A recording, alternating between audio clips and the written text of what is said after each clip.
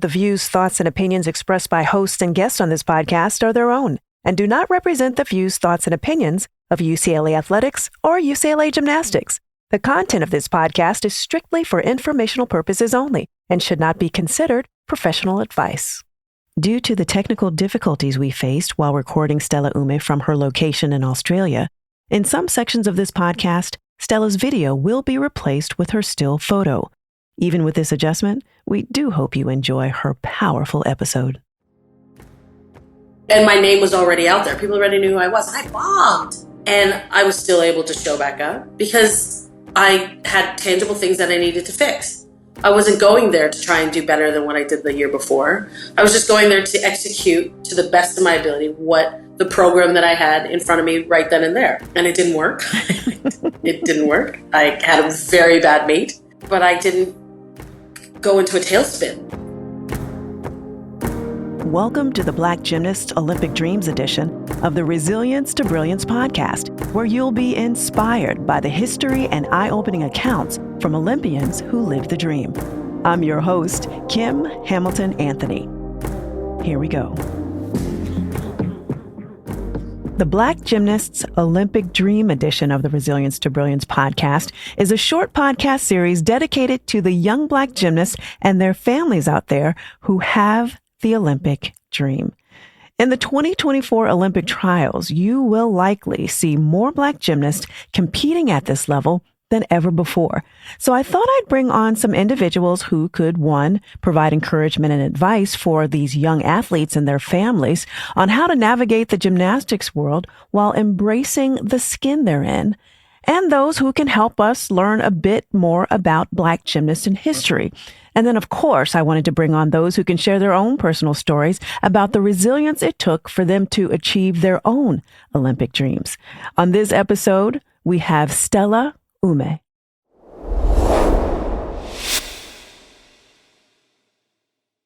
Stella Umeh represented Canada in countless international competitions, including the 1992 Barcelona Olympics.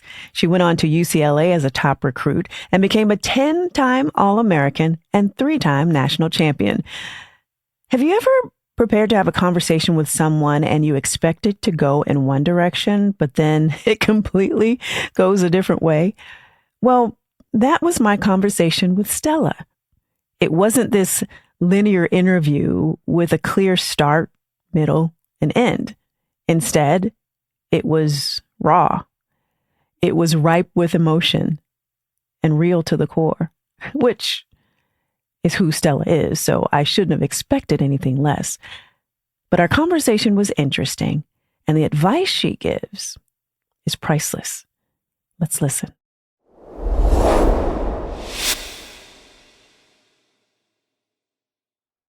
Stella, Hi. Welcome to Resilience to Brilliance. Hi.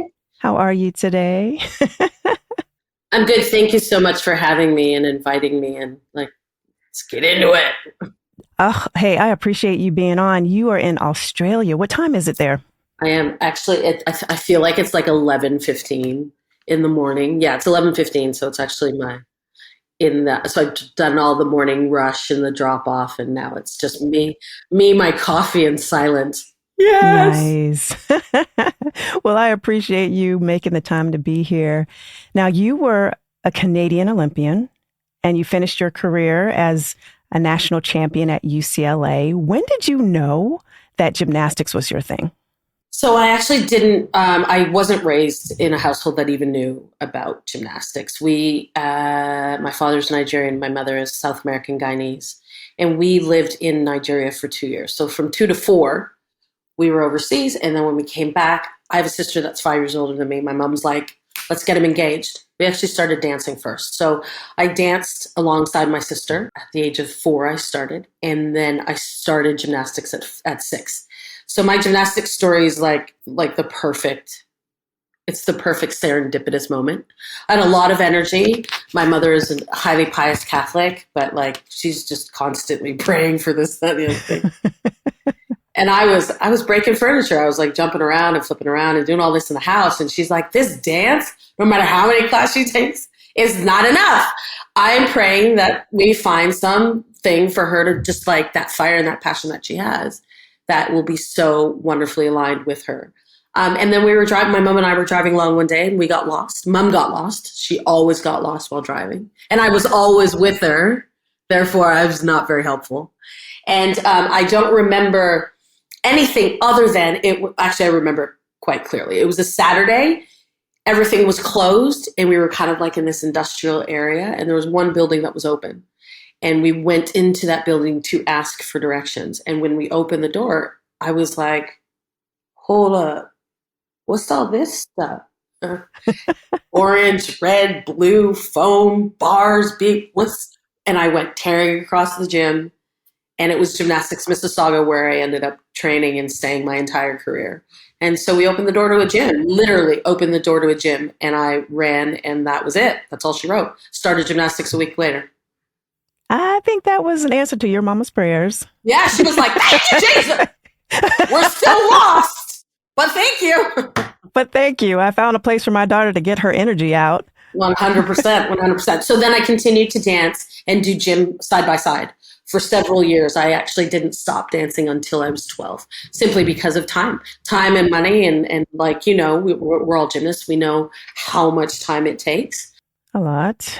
And so I was dancing. I would only dance twice a week, but then I would do gym when it came down to it 5 days a week. So I was 7 days a week, pop, pop, pop, pop, pop.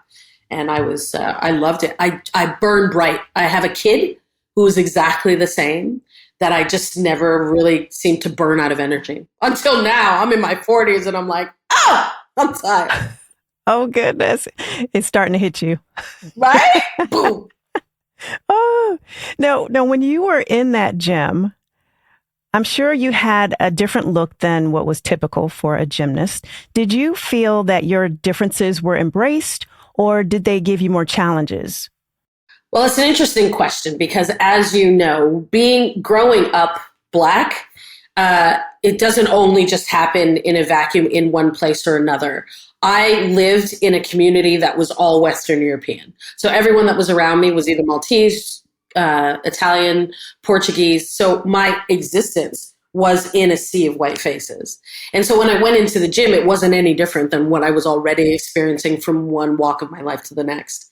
So it's interesting. I am Canadian, and this whole idea and this concept of skin color and ethnicity and diversity and that, it actually didn't sort of become a thing for me until I went to the United States. Canada, because it's just different. And so I didn't know. And there's a different history in Canada. It's totally different history, though we still have our issues. Mm-hmm. But I didn't know that I was supposed to look on the outside. Like it just never really occurred to me. Right. So are you saying that as a gymnast in Canada, you being Black was never an issue? It was never something that you thought about or had experiences that maybe your peers didn't?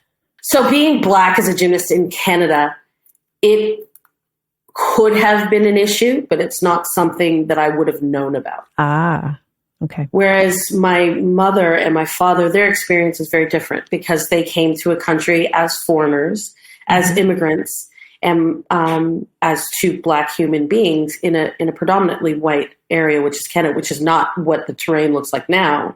But, in the 60s, it was still not nearly as multicultural as where they came from, right? Okay. There weren't as many faces that looked like them compared to where they came from. So their experience as adults living in an all-white world, they experienced racism. They were attuned to, I do look different when I walk into a room. They didn't raise us like that, though. Mm-hmm. Like they just we were raised in a Black household. Everybody in the house is Black. We don't really think much about anyone outside of the house. Like, why would we? Right. And then we just get on with our day. Mm-hmm. And so because it was never really something that occurred to me, my moms would always say it, but I just couldn't, it never made sense to me. She would always say, what do you mean? So my coach, later in years, he was a Russian Jew. And she was like, you're a little Black girl with a Russian Jew coach. nobody likes you too. And I was like, what are you talking about? Oh, Everyone loves that. Yeah, no, not really. Mm-hmm. But I didn't necessarily appoint it or assign all the things that we kind of assign now, which I guess as I was growing up, I mean, it was what it was. It was the way that I was raised or the way that I grew up. But it was my biggest culture shock, as I said to you, was when I went to university in the US and I was 19. So I did my whole first 18, 19 years of my life, not really considering it, not paying it, not having it be a thing. And then as soon as I crossed the border, I was like, damn, this is the thing. This is a thing. And it's quite bad, actually. I was shocked. What shocked you most? It was a literal culture shock. So I've been all across the world in all these different places, looking like I do, but not, and knowing that I look different when I go to Japan. I look different when I go to Bulgaria. I look different when I go to Russia. But it's expected because I'm in a different country.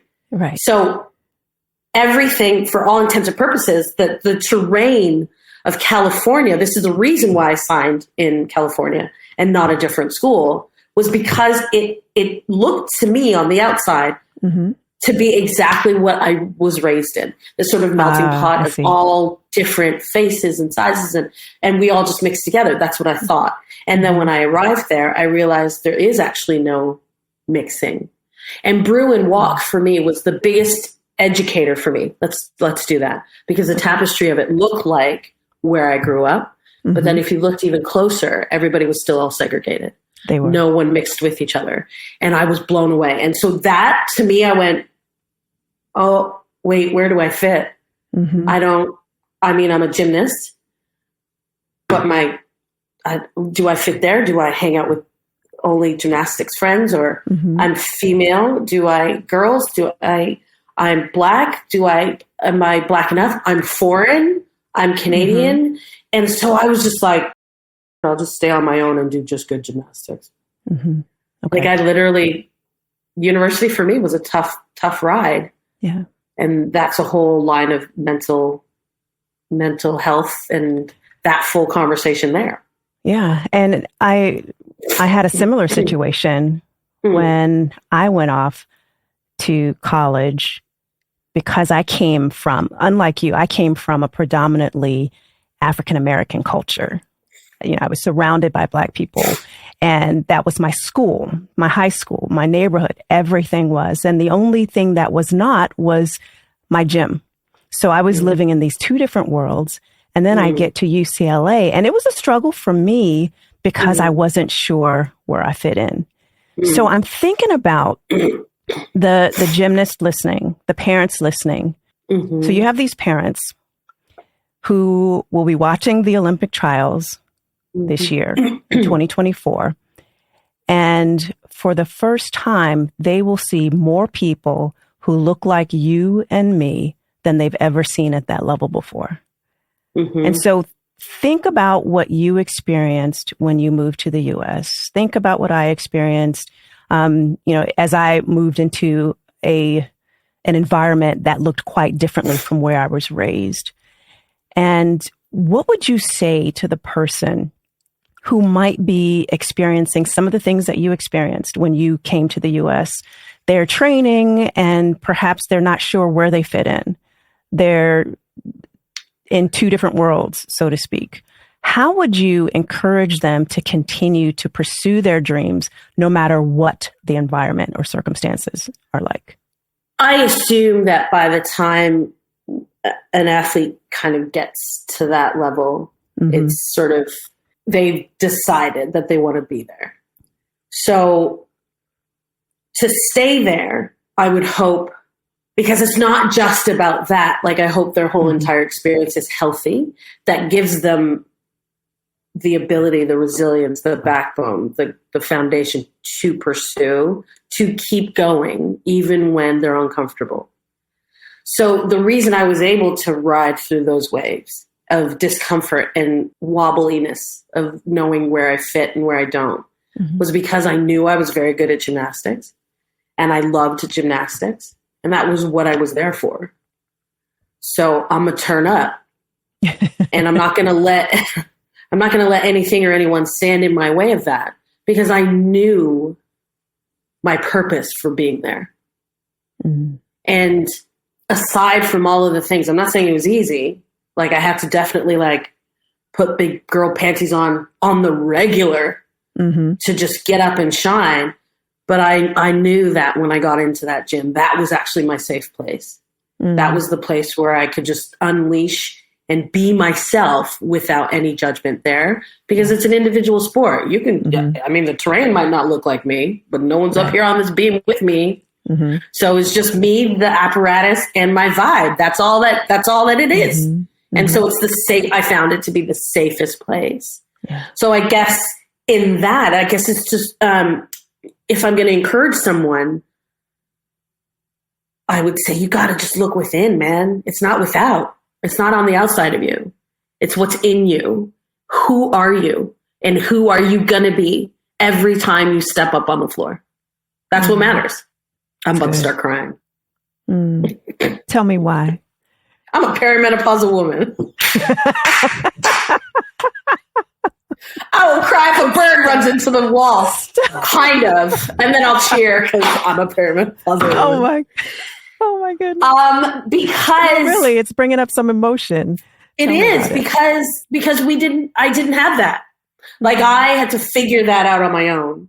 I come from a very strong family that, we got each other's backs regardless of how crazy it is. So I knew that I could always go and reach out to my family. But at the end of it, I was away from home. I was doing school in a different country.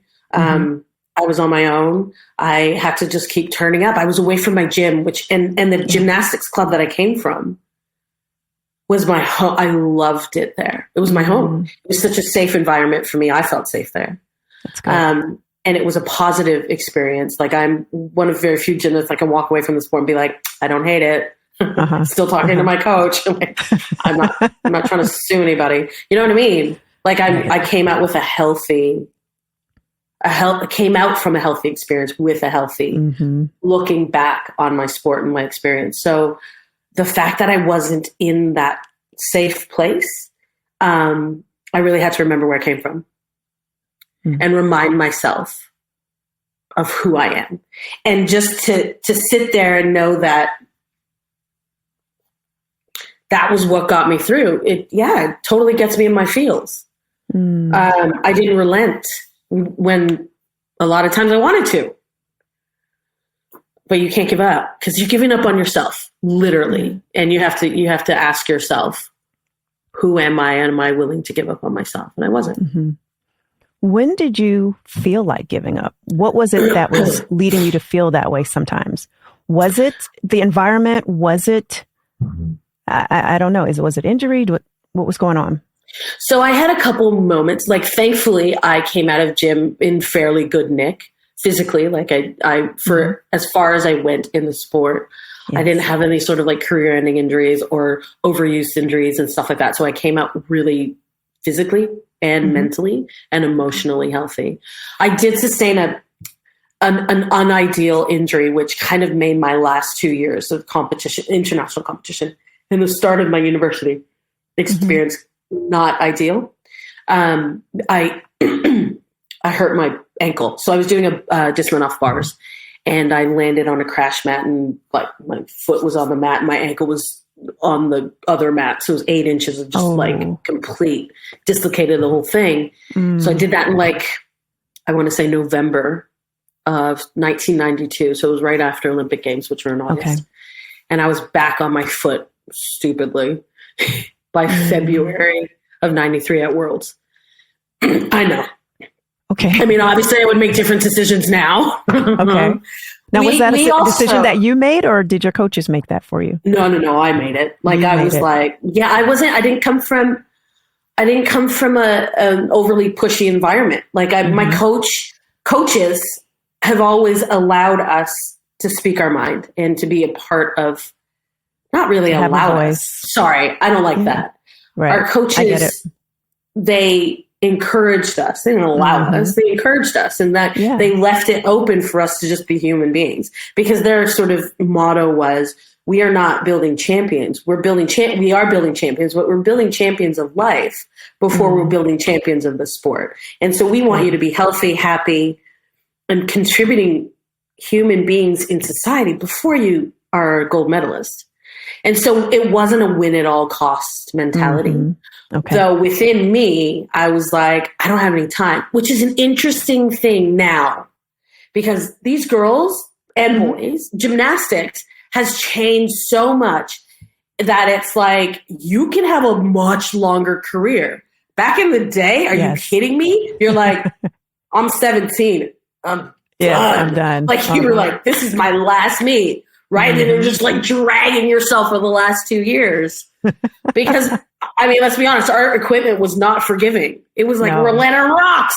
Right. And, you know, like prehab, rehab, all of that stuff was starting to creep up, but not to the extent where you could stretch the longevity of a gymnast. So because that last 2 years of my international career was such a grind, it actually made me sad, because had I been doing it now, I could have actually taken the time I needed to heal and still been able to come back and offer whatever was left. Tell me what it was like for you before the injury, competing in the Olympics in Barcelona. I probably should have been a bit more focused. Really? I was 17. And I was 17. So, and like on the one side, I'm a fierce competitor and I will train, go hard, and then on the other side, I will play hard. So like nothing obviously ever happened before I competed. I was totally focused and invested in that. But I even look back on my stuff, and we, back in the day, because we didn't have social media, we didn't have cameras everywhere, we didn't have access to like immediate fixes and be able to see our progress in real time. So we were always going on the way that it felt. So I was very much a gymnast the way that it felt. And there was some, now I look back, I was like, that's some cringeworthy business, because it didn't feel the way that it looks. Like, it felt way more exhilarating to me than what it looks. But of course, I'm a huge critic of myself. So I was like, I was expecting to be better. Had I actually done university, because I became a better gymnast in pockets of time. So I was coming up in gymnastics, and I just had this sort of natural propensity for like flipping and chucking things. I wouldn't say it was fearless, but I also trusted my body in the space and in what I was doing, that I knew I was probably going to land close to my feet. Like, I wasn't afraid of most things. And I was super fast twitch, so I could just get myself out of things. And then the next window of evolution, because I did compulsories, and I actually loved compulsories. I love 92s, especially that cycle. I loved it. But I actually think compulsories really weeded out your best gymnasts from, like, it really separated gymnasts across the line, because it was forcing you to like show me the artistic elements and the backbone of what artistic gymnastics was, and then link them all together and do a beautiful routine, and like put us all up against each other, all doing the same thing. So I became a better gymnast with compulsories. So I was so grateful for my experience in compulsories, because I was a trained dancer. I danced for 8 years. Thank you. I danced for 8 years. And then we also had dance training at gym. So we had ballet bar and dance with our Russian choreographer every Sunday throughout my whole career until she ended up leaving. And so that was the time, yes, I learned all the basics of ballet doing dance, but now I was actually able to fully put it into motion in the gym. And so with compulsories, having dance training and like being able to now marry these two was the other window of time of evolution. And then I went away to university, and because we compete 13 weeks in a row, I mean, consistency is the game, dude. Like, I mean, you bang those bad boys out. You're like, you pull it together. You pray you have a good season. You don't get a cold, and you and you make it to the end of season. And I was already moderately consistent, I guess, but I didn't compete as much. Like, we didn't compete 13 weeks in a row, bam, bam, bam. I mean, it was spread out throughout the whole year, but like bam, bam, bam, bam, bam. My first year, this is how I went in. I think I competed 20 beam routines and I hit 19 of them. I fell once for the whole season. Wow. So like my impressive consistency just went through the roof. And then I was just like chasing height. And like, I was so comfortable in my skills. I was like, okay, how high can we get? How can I bend this board? How can I get over this beam and give myself so much time? So that was another moment of evolution. And unfortunately, it didn't actually occur to me because I kind of need things pointed out to me. I'm a little dozy that way. 96, I did consider compete or trying out for 96 Olympics. That compulsory didn't, that cycle, to be honest, from 92 to 96 was a tricky cycle.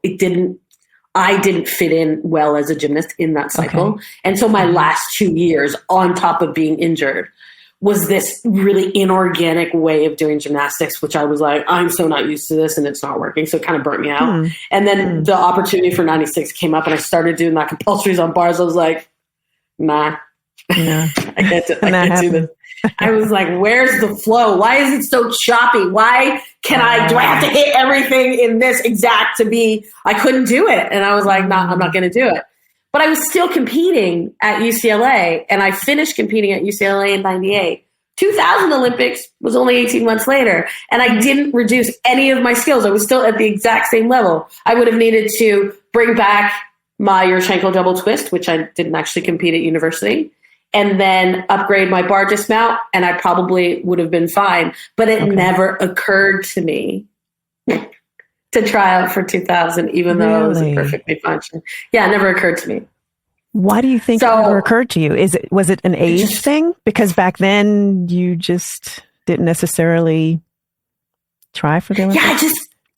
I think it was a combination of a bunch of things. It was age. It literally didn't occur to me. Do you know when it occurred to me? I was at a stand-up comedy show. I was watching Dave Chappelle at the Accor Stadium here in Sydney. And that's where 2000 Olympic gymnastics was. And I sat down in the arena and went, wait, why didn't I compete? Do you want to know when that was? That was last year. Last year is when it first dawned on you that perhaps you should have tried out for the tour. Yeah, that was 23 years later. 23 years later, I was like, oh my God, a huge light bulb moment. I mean, Oprah says light bulbs. She doesn't actually give us timelines. She should probably give us like contextual timelines. But my light bulb went off a little bit late. So yeah, it just never occurred to me. And no one ever said it to me because they were all, I had many people encouraging me for 96, please Stella, stay, come on, compete. And it wasn't, but no one sort of said the same for 2000. So I just it didn't even occur to me. And then I ran away and joined the Circus because I was like, I need a job. And how long were you with Cirque? So I was with Cirque on and off for 13 years. 13 years. On and off. Yeah. So I went for my first show in 2000 and then I finished my last show in 2013. Okay. Wow. That's a long time. It's a hot second. And gymnastics for 17 years. Oh my goodness. That's a long career with, think about your body, how challenging it must be. Was it easier in Cirque as far as the pounding of the body and the toll that it takes? Cirque, because there's so many different shows, it's going to do different things. My first show, I could not have done it for very long because it was super intense on my body. Oh, okay. Like I actually had sort of my injuries and like stuff from an excessive amount of pounding and compression came up actually with Cirque and less with gymnastics. Really? So my first show was teeterboard, which that is crazy. So now teeterboard looks like yeah.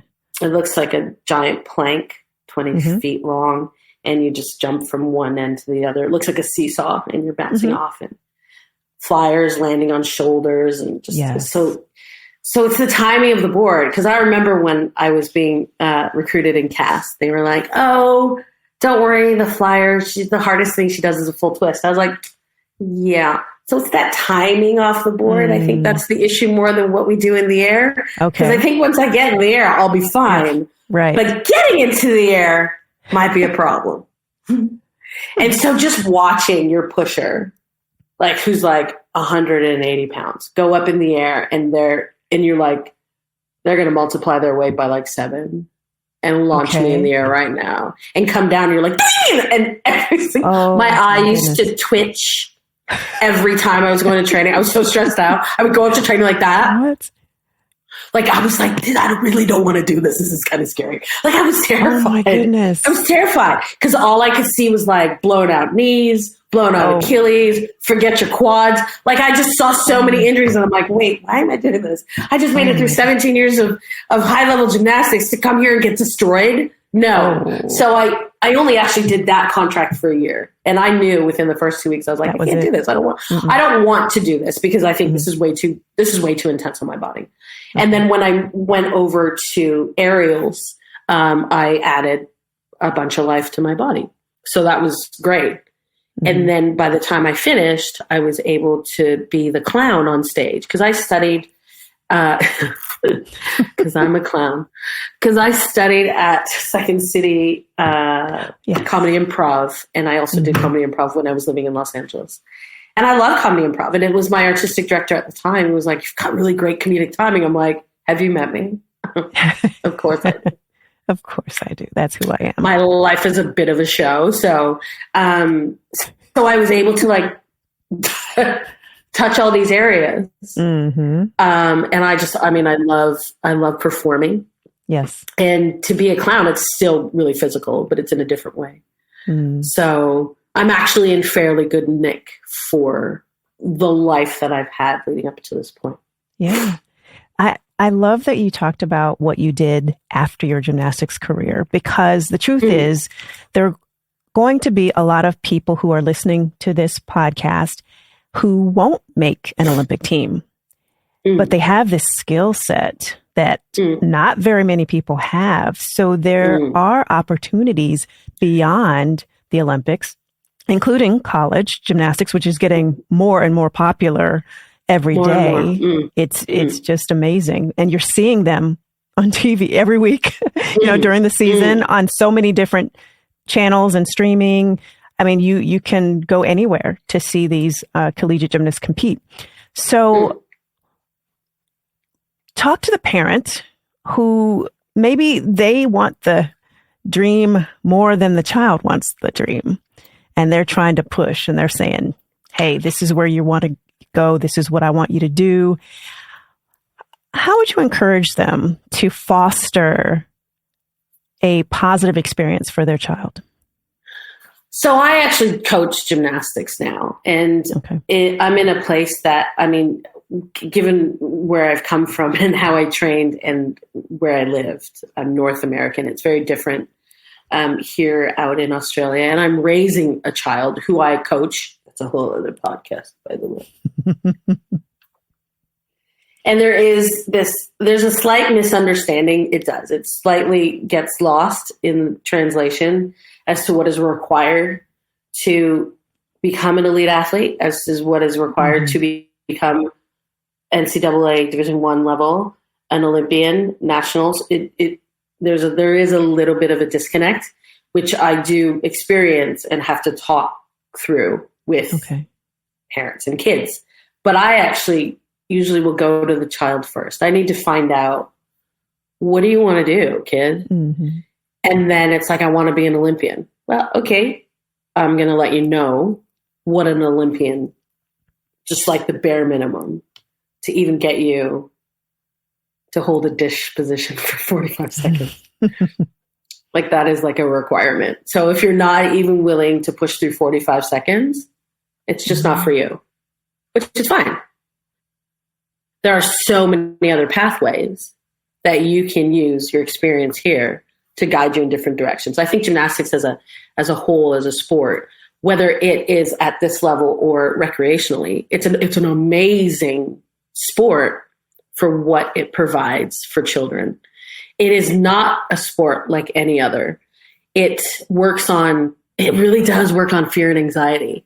Like, I'm not saying that, like, it's kind of one of those, if you tend to be fearful and anxious, gymnastics is probably not for you because it is so unpredictable yet predictable. Like, you have to become so militaristic and regimented that you are so predictable in order to keep yourself safe. Like, that is my number one thing. So if you can't hold a shape for a certain amount of time, you are not building the kind of strength that we need. As a gymnast, if I tell you to do a skill and I'm spotting you, you're going to be unpredictable and you're going to hurt me and yourself. And I don't like that. So it is up to you to lay the groundwork and put in the time. And if you don't want to put in the time, it's perfectly fine. There are other avenues and pathways which are probably more suited towards your specialty and your skills, right? Mm-hmm. And let's try them out. I don't think that, like, my kid who's 8 does everything. I mean, I can't believe I'm going to say this, but I'm going to be really honest because I'm a coach and I'm her coach. And other people look at her and be like, oh my God, she's totally got like this mentality. I'm like, no, she doesn't. I know the truth. I love my Billie, but she doesn't have the mindset of a gymnast. Are you kidding me? Okay. We're odd. How so, Stella? Because we are asking young children, and I'm not saying that anyone needs to do triple back by the time they're 10. We're asking young kids to make adult mindset decisions very early on. So to be able to push yourself through something when it's uncomfortable, to be able to cheerlead yourself through something when you have doubt, to be able to keep showing up consistently, to do the conditioning when you're told to, and to try extra hard every single time, to do 120% every single time you stand up. That is like big things we're asking you to do, but it's necessary if you even want to get to a cartwheel. So that's actually the first step that needs to happen before all of the skills. And then there's this misunderstanding that, like, oh, I'm a trickster, I do skills. Yeah, that's great, but you won't be able to progress. We won't be able to put that into routine because you don't know what you're doing with your body. You need to be able to tell me exactly what is going on with your body. That is the mind of a gymnast. And if you can't do that, you don't have the patience to do that, you don't have the desire to do that, this ain't for you. It's fine. It's not for you. But there are other things that don't require at such a young age that kind of focus. Does that make sense? It makes total sense. Now, you mentioned fear and anxiety. What is the best way for a gymnast to overcome fear and anxiety, whether it's throwing a new skill, trying to, get to the next level, competition? What do you tell your athletes?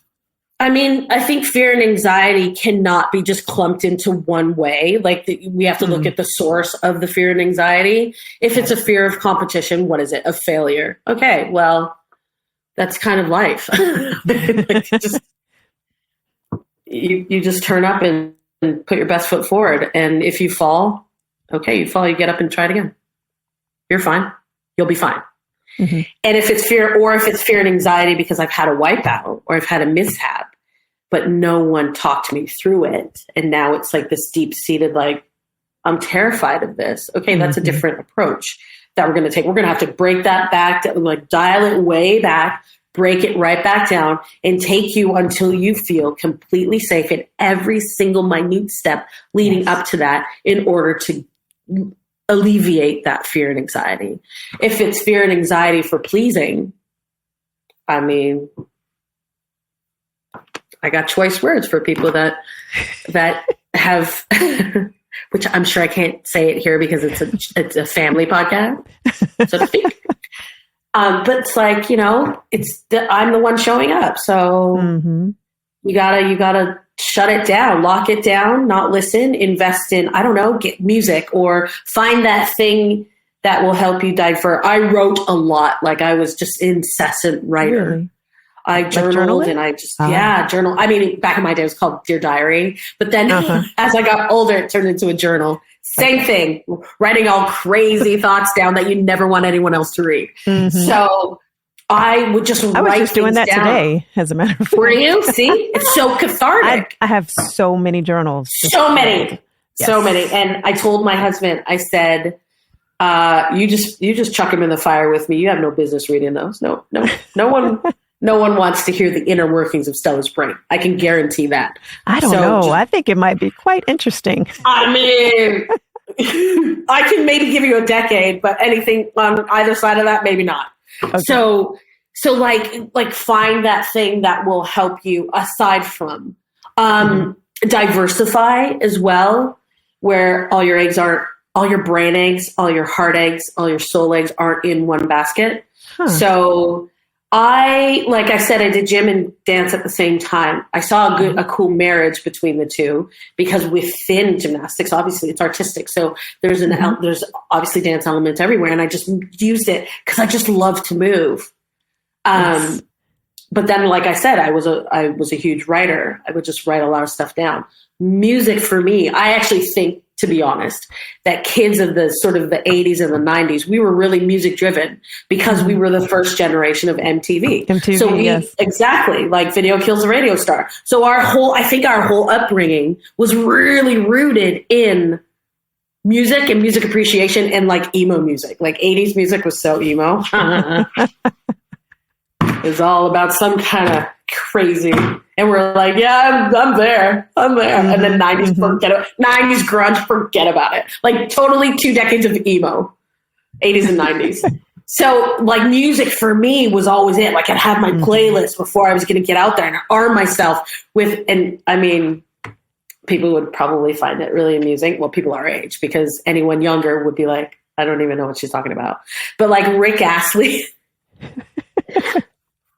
Rick Astley was my 93 album. Like Rick Astley took me through meets and I was just like, never gonna give you up, let you down. Like before Beam, I'm like, I got this. Oh my goodness. Oh. I know. And like, what else did I listen to? I listened to Elton John and George Michael singing "Don't Let the Sun Come Down on Me." That was the big song for Commonwealth Games 1990, and I was like, I got that. Like, okay. So find the thing. Find it. Not all your eggs in one basket that will help get you to that zone, to that spot where you're undefeatable. And I think that, and you have to remember that it's nobody else that's trying to win against you. It's not you and the crowd out there. It's not you and all the competitors over there. It's you and yourself, man. It's you and the conversation you're having with yourself. Oh, you gotta be your best coach.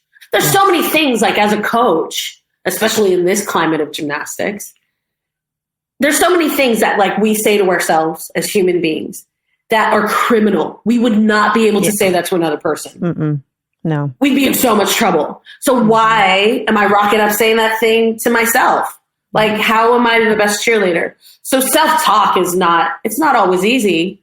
And so, I don't think self-talk, find the one that's effective for you. So for me, it wasn't like, Stella, you're really good. You can do this. You're capable. It was just like, turn up. Don't waste people's time, energy, money. That's definitely a Black child's MO. It's probably because I'm Black. Let's be honest. My mom's and my mom's, not my dad. My dad didn't really say anything, but my mom's was probably because my mom was way too loud. Was like, I don't care what you do. If you go out there and waste my money, if you go out there and make a fool, we gonna have words. And I was like, that's terrifying enough for me to go win a medal. I don't know about you. Go. So like, you know what I mean? Like I just turned up and I knew why I was there. And I was never there to win. I was there to absolutely do my best, to do what I knew I was capable of doing. And I would not accept anything less for myself. Yes, I definitely had moments where, I bombed competitions 100%, but it wasn't because it wasn't because of what was going through my brain. So when you say that you didn't go out there to win, but you went out there to do the very best you can, it sounds like a healthy place to be, because that means if you did do your best and you didn't win, that you were more accepting of yourself and less harsh on yourself. Would that be the case, or no?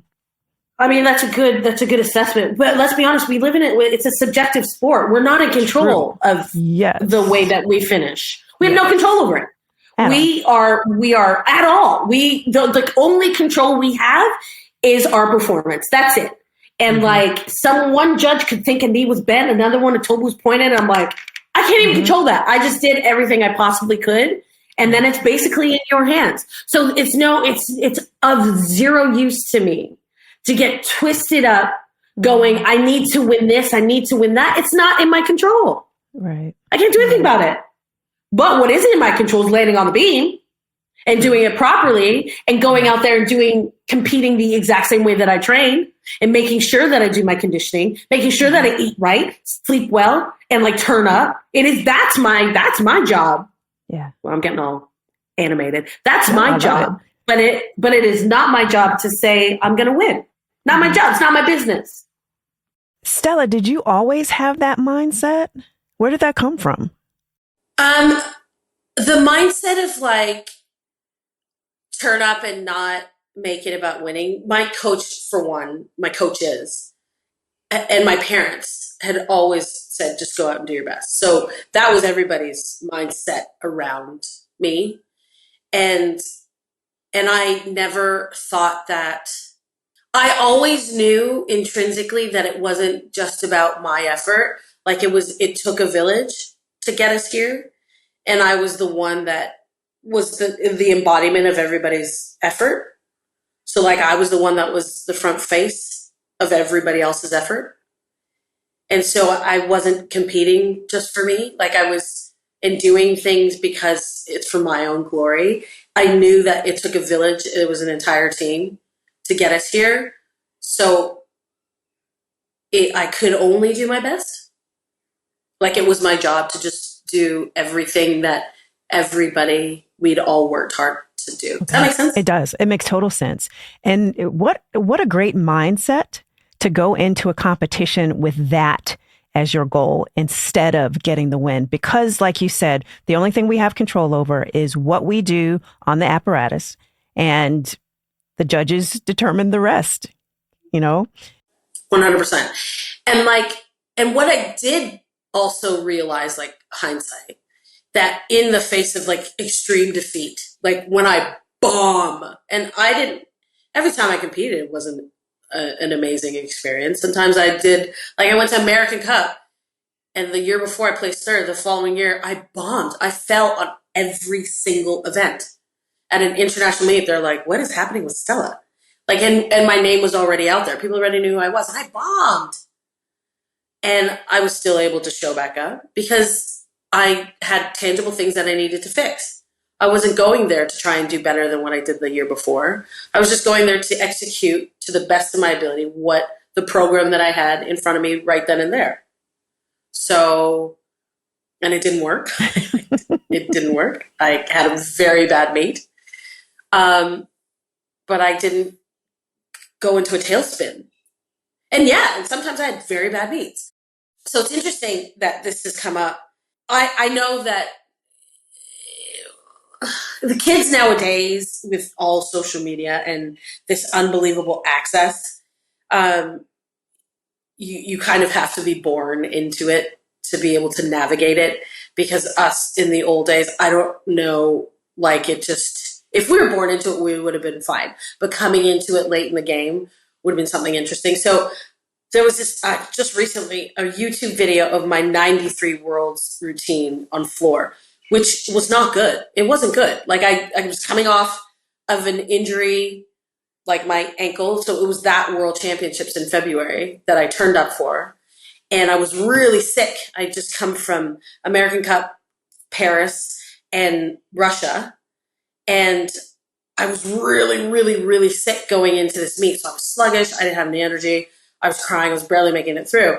And you could tell in my gymnastics. But the comments were phenomenal. Like this one person, there's like maybe 5 comments there. This one person was like, this is the worst routine I've ever seen. And I was like, actually, no, I know I've done worse. I've actually done worse. Did you comment on it and say? Yeah. And I said, actually, I've done worse. I've done worse.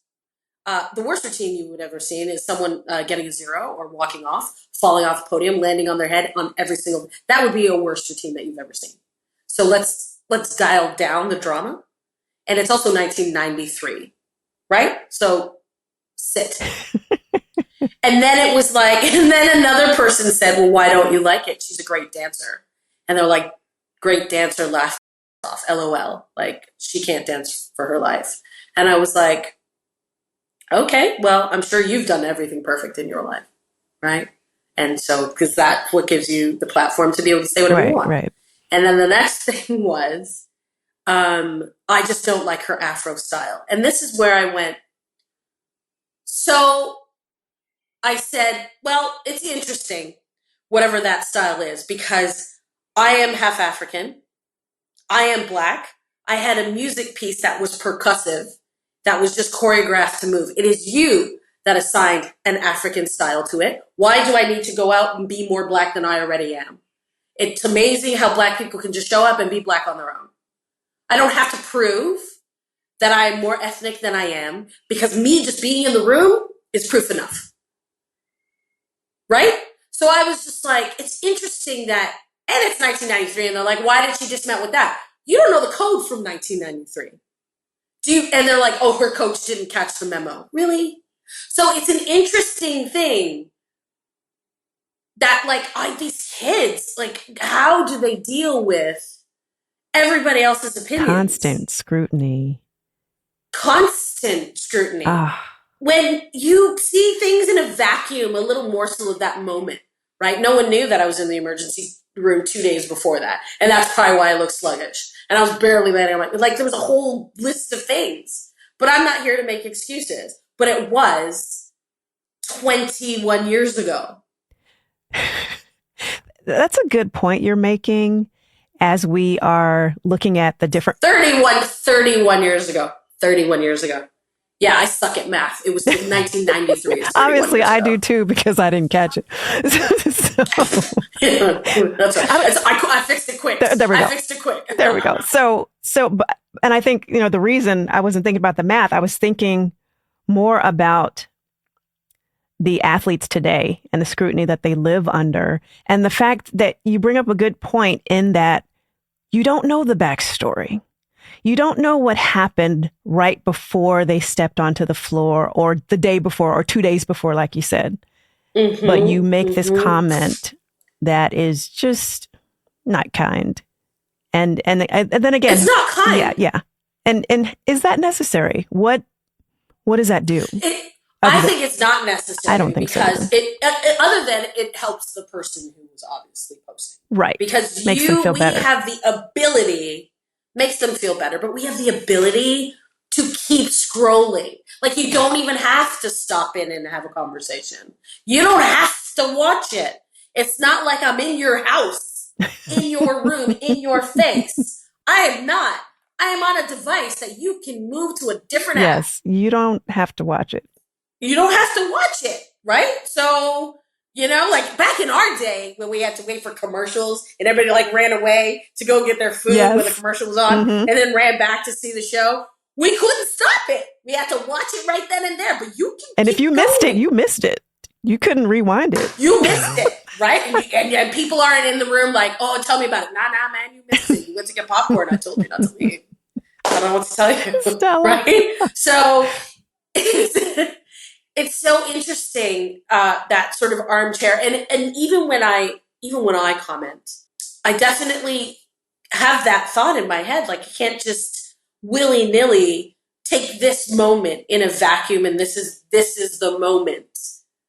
Though, on the other side, that person chose to post that. Like, I didn't post this floor routine, and it wasn't in a post. It was on YouTube, and someone uploaded it. So it's like a free to watch old archived gymnastics. So I didn't deliberately say, look at how amazing this was, or I didn't curate this. Even more reason to walk past it. I don't even know why it ended up in your box. You know what I mean? I don't know how you found it, kind of thing. So, but yeah, it's so easy to sort of just like pontificate and give opinions about things and then get nailed when you're reacting to exactly what the person kind of wanted. You're giving the exact reaction that they wanted, and then someone else will come for you.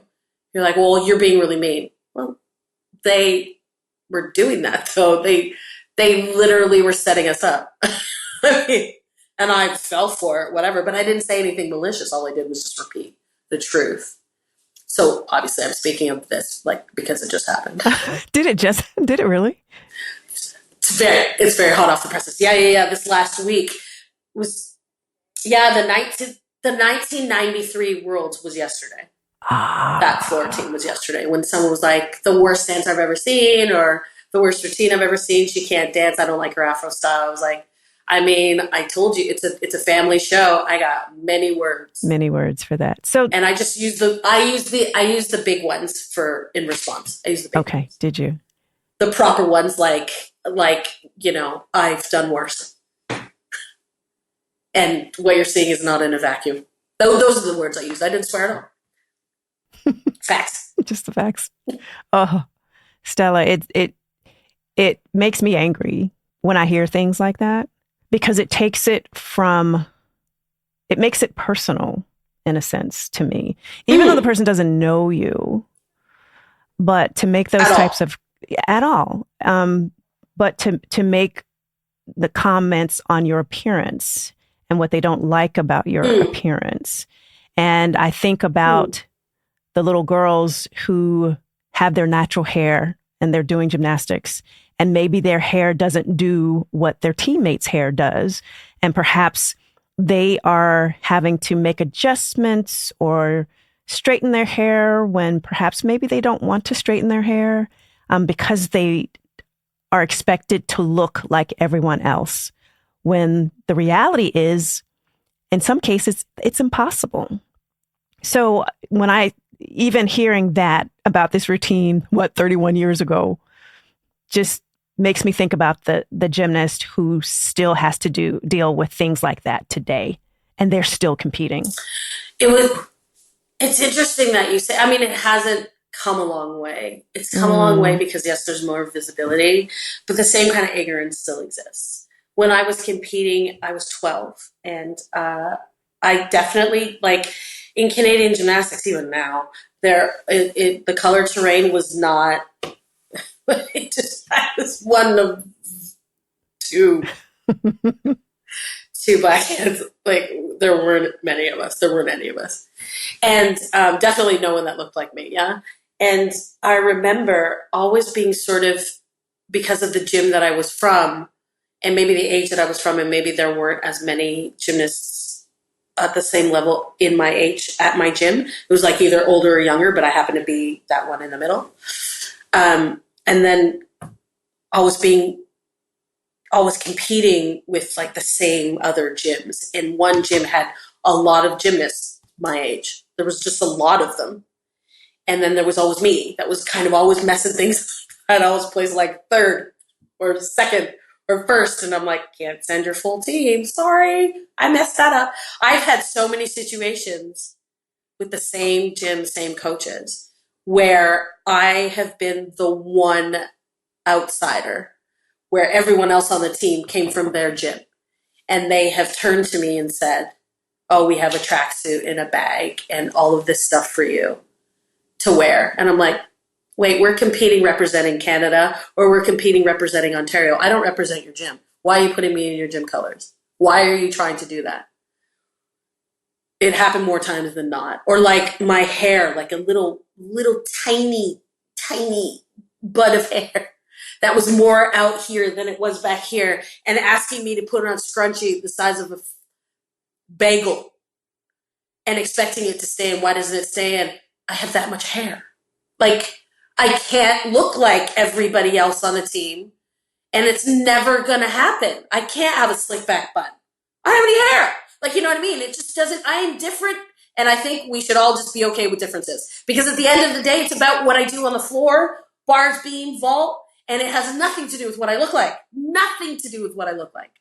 So yeah, it's a thing to not, to feel very not fitinable, like that we just feel sort of on the outside. And I'm so grateful for the experience that girls are indulged in now, because they at least have a couple of teammates. There's a couple in there that they can band together. There's one or two. You know what I mean? It's not easy when you're on your own. You really have to find your own steam. Got to find your own footing to be able to navigate and manage that. So. No, thank you for sharing that. I think it's important for people to hear, because unfortunately, like you said, there are still some of those beliefs and some of those views that are still around that kids are dealing with even today. Unfortunately, I've learned a lot just, interviewing people and talking about this topic, just about how prevalent it is that these certain standards are being required and not considered, whether it's gymnastics, ballet. I've talked to moms who have had to go in and not fight physically, but fight for their daughters. Fight for their daughters to be able to. Yeah. So I live in Australia, and let's not mince words. Australia is not an extremely multicultural country. Maybe in bigger cities, you're going to have more diversity and more visible multiculturalism. But I do not live in a big city. I live 2 hours north of Sydney. It's a big regional area, and it's called Newcastle. And I mean, it's pretty white. I live in a very, very, very white area, probably whiter than even I grew up in, because they're all Italian. So when I was growing up, the thing about, yes, I lived in a white community, but we were all children of immigrants. And when you all come in and all of your parents are not from there, there's a whole different culture of the way that people are going to function with immigrant parents raising first generation, whatever, Canadian. So living in Australia, I live in a very white community that is ancestral. So you'll have generation after generation after generation living in the same area and not leaving. So like in our house, we're only the second owner. Our house was built in the 40s. We're only the second owner. So the first owners, Maeve and Jer, lived here until they both died at 95 and 96. And then we came in here and they're all like, what happened? I know, it's going to crap now. You let us in. So I'm raising a biracial child in a very predominantly white area, but not immigrant white. Does that make sense? And I really had my back up looking for a school. I was terrified to send her to school. I was terrified to send her to primary school, especially in the area that we live in. I didn't know, whatever. But the school that is literally across the street from our house, I walked in there and I was like, this is the twilight zone. I can't actually do this. They were like reaching out for her hair. The principal was. And like, I can't resist. I want to touch her. I'm like, do not touch my child. Don't look at my kid like we're in a zoo. We're not. We're normal people. Yes, I understand that this is a little daunting. And I'll give you 30 seconds to try and figure this out, because my husband is 6 feet, white, blue eyes, brown hair, Australian. I'm 5'2", not. And then we've got a little biracial child that's in the middle of the two. I get it. When we walk into a room, it's a little like, what's happening here? But we should get over that, because this is kind of like what the rest of the world sort of looks like. So like, let's just get over it. And it was such a trying experience to be comfortable sending Billie to school, because I'm the only one that she sees that's visibly different from what she sees out in the world. So I'm it. Our family's not here. My sister lives in Perth, which is on the other side of this country. My parents are in Canada. I'm it for her.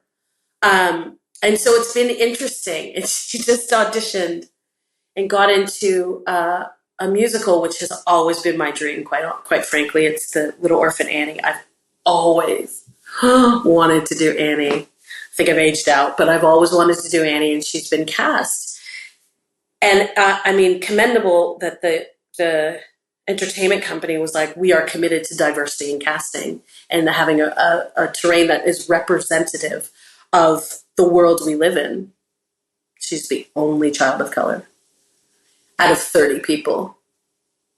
She's the only one. And I'm like, yeah, so your idea of diversity is very different from my idea of diversity. Like, you really need to step outside of these gates and these walls that we live in and actually look and see what is out in front of us, and then try and emulate what we actually see in the world around us. Not in our direct, right next to us, because that is going to be sort of like one note, but out a couple steps ahead of us. That's where we want to go, right? To offer that inclusion, to offer that visibility, to offer the comfort to just people who are different.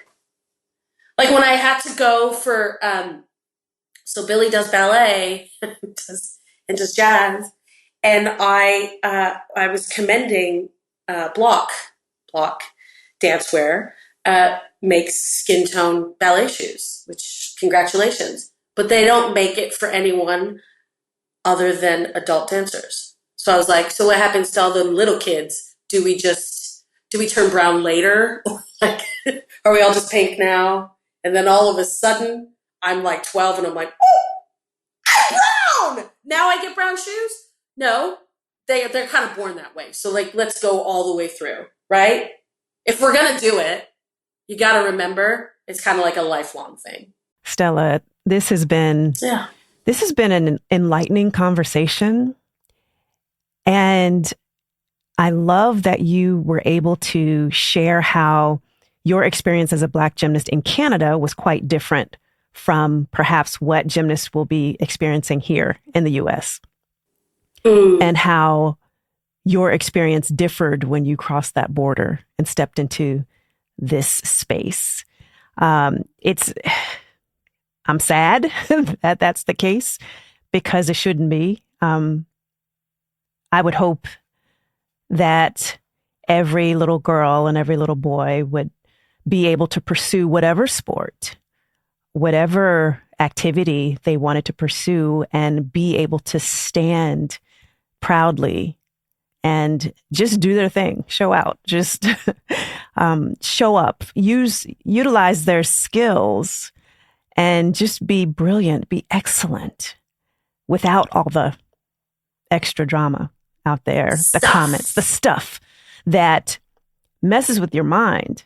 You know, you can try to block it out as much as you want, but sometimes if you don't have that strong system at home, that parent or that grandmother, whomever it is, if you don't have that system at home or somewhere that is keeping you grounded, keeping you strong, encouraged, and accepting of yourself and the skin you're in, then it's going to be challenging and it's going to mess with you. But I love that you are able to be there for your daughter, be an advocate for her, and speak out loud. Now, you're not somebody who has trouble speaking up for herself or her child, but I think about those parents. No, I don't think you have trouble doing that. But there's some parents who do. And there may be some athletes who have trouble speaking up. And it could be because they just don't want to rock the boat, or they don't want to be labeled as that angry person. How do you encourage them to speak up in a way that is beneficial for their son or their daughter? So it's interesting because actually, I think living in Australia is giving me the opportunity to like be in the best class of speaking up for yourself.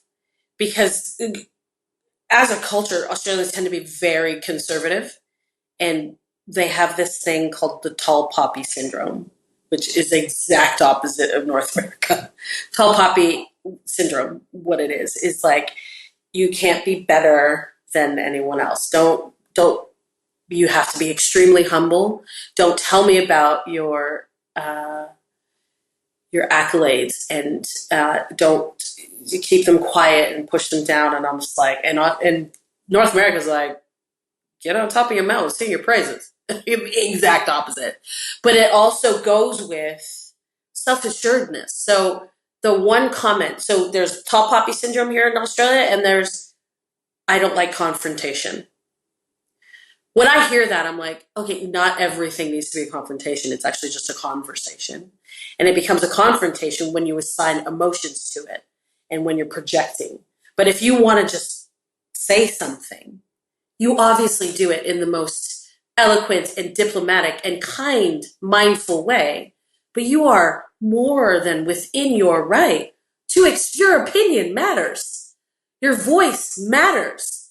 The way you share it, obviously, massage it, do it kindly. But don't quiet yourself because you don't want to rock a boat. Because if we get everybody out there just not rocking a boat, nothing will change. And then you'll have a whole bunch of people on the other side going, oh, I wish. Don't waste time in regret. Just do it in the moment. Just get it done and move on. And so, like, people, at first, when I first arrived, they're like, you're really that used to drive me crazy. You're so full on, which is, in my opinion, kind of like code for the angry Black woman. I'm actually not full on. Okay. I use the voice in which I was given. I use the voice in which I was given. And if I see something unjust or unfair or not mindful, I'm not going to stand there and not say anything. I think it's ridiculous. But I can also do it without getting angry. I don't need to be angry. But just because I've opened my mouth does not mean I'm angry. You have not seen me angry, right? So with our Billie, there was an incident in her kindergarten class where she was standing in line to go into the classroom and a bunch of kids gathered. And then everybody just started putting their hands in her hair. And this was at the comfortable school. Everybody just started putting their hands in her hair. And by the end of it, there were 14 hands. No. There were 7 children's at one time. And she was just like, stop. And the reason they stopped was not because of Billie's voice, was because the teacher came and they went into the room. So Billie was kind of standing there. I mean, in big people world, that would have been a full assault, but was standing there like, what just happened? Told me, I came to school, grabbed her hand, dragged it down the road. I was like, we need to talk. And I dealt with it immediately. And every teacher, the principal, vice principal, was glorious. Like, it was such a beautiful moment. And they weren't angry that I was speaking up. And I wasn't angry. I didn't go in, but I was like, this cannot happen. We need to offer a kind of education to kids that are not used to seeing people that do not look like them, to know that that is their teammate now. That is who is in their class. They now can no longer say that because she is here. And you are going to get more people that look like her. So let's get this education on the go right now. And they were cool with it. And Billie took in a book, Don't Touch My Hair, and she read it and shared it with her class and the whole thing. And it's now fast forward a couple years, and Billie had a swimming, like a swimming course for the week at school. And every time Billie swims, she swims twice a week, but every time she swims, I have to do her hair. We cannot leave her hair to just air dry with chlorine. It has to be done. So I would go at the end of it, and I would do her hair. And it was probably the most beautiful week. Because by midweek, girls were like, people just come over like, hey, okay, that's cool. Not do anything, not be weird about it. But they were like, well, this is Billie, she's getting her hair done. Okay, that's fine. They had completely accepted all differences. They were totally fine. And then they just all started bringing their hair care product in. And then they turned it into a salon. But it started with just Billie. And by the end of the week, I had 15 people around us. All of us just hanging out, doing hair and talking. It was beautiful. And I was just like, this is what it's supposed to be, where it's just about people bringing who they are and what they are and the value that we share in this small group. That's all it is. And no one questions, no one asks, no one is weirded out. It's just us kicking it. And it was beautiful. That sounds beautiful, Stella. Stella, I mean, we could talk forever, and I have kept you for so long, but it's just been such an interesting conversation. So I appreciate your time, and I have one final question to ask you before we leave, and I have to have you back on because there's some other stuff we need to talk about. Oh, anytime you yes, want. Okay. I mean, we got lots. Lots of stuff, some good stuff. But my last question for you is, what does living in brilliance mode look like for you? To be asked a question like that, what does living in brilliance mode look like to me? It means that I'm so in the zone, I'm brought to tears. I'm so aware and willing, open and ready that I cry. That's deep, Stella. We got a lot of stuff that we got to deal with. Sorry, fogging up. There's a lot. But we are so important. We are beautiful gifts. And to live there, knowing that you are a gift and you're important, you're blessed, and your voice, your being, your experience matters. That's your brilliance mode. I love it. And a little emotional. That's all right.